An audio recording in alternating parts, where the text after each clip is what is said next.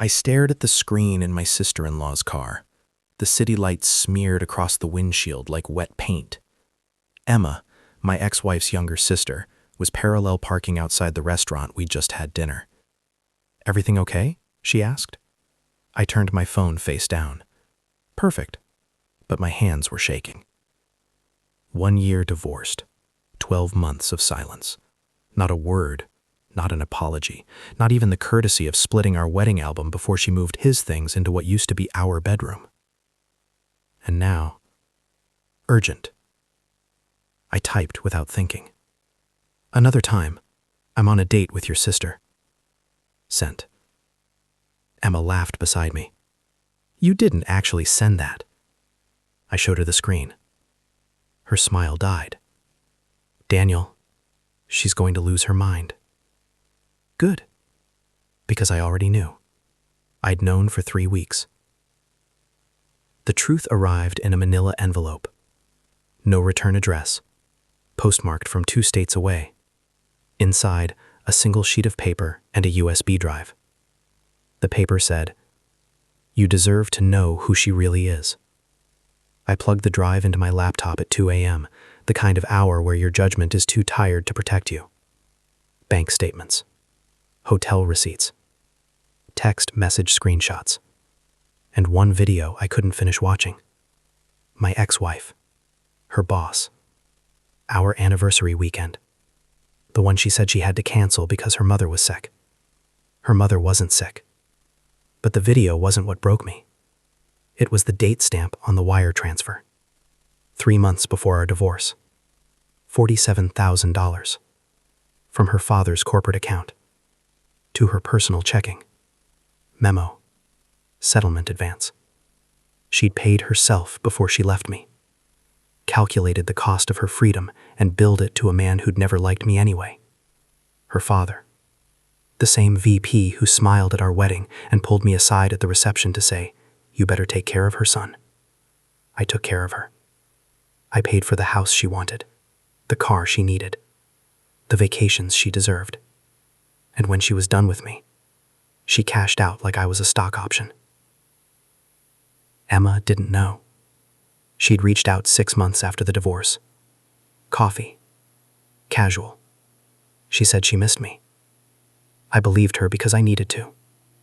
We started talking. Then dinner. Then this. Tonight was our 4th date. She wore a green dress that made her look nothing like her sister. She laughed at my jokes without cruelty. She touched my hand across the table and didn't pull away when I flinched. "I'm sorry she hurt you," she said in the car. I wanted to believe that too. But I couldn't stop thinking about the message. Urgent. People don't use that word unless they're losing something. The next morning, my phone rang at 6:15 a.m. Unknown number. I answered without speaking. Heavy breathing. Then a man's voice. "Is this Daniel Cruz?" "Who's asking?" "Attorney Michael Corvin. I represent your ex-wife in a sensitive matter." Sensitive. The word lawyers use when they mean expensive. "I didn't sign anything," I said. "This isn't about the divorce. Mr. Cruz, are you aware your ex-wife is 7 months pregnant?" The floor tilted. "No. She's claiming you're the father. She's prepared to file for retroactive child support and custody arrangements, but given the timeline of your separation, we've been divorced for a year." "Exactly. Which is why she needs your cooperation. A paternity test. Voluntary acknowledgement. She's under significant financial pressure. Her father has cut her off. She needs this resolved quickly." I sat down on the edge of my bed. 7 months. The math was immediate. We'd been separated for 16 months. Divorced for 12.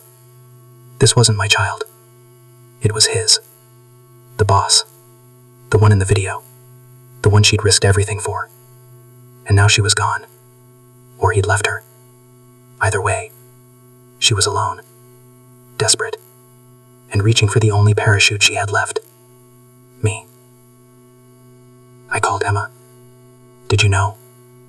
Silence. Then, I found out yesterday. She called me crying. She said she made a mistake, that she needed help, that you were the only one who... She's lying. Daniel. She's lying, Emma. The baby isn't mine. More silence. How do you know? Because I've been tracking her for 3 weeks. I told her everything. The envelope. The statements. The video. The timeline. When I finished, Emma's voice was barely a whisper.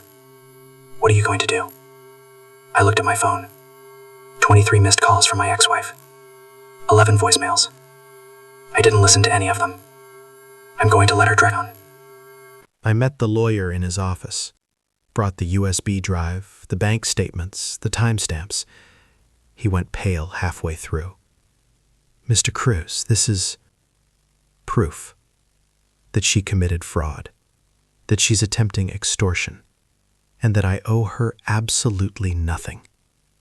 He nodded slowly. What do you want me to do? Send it to her father.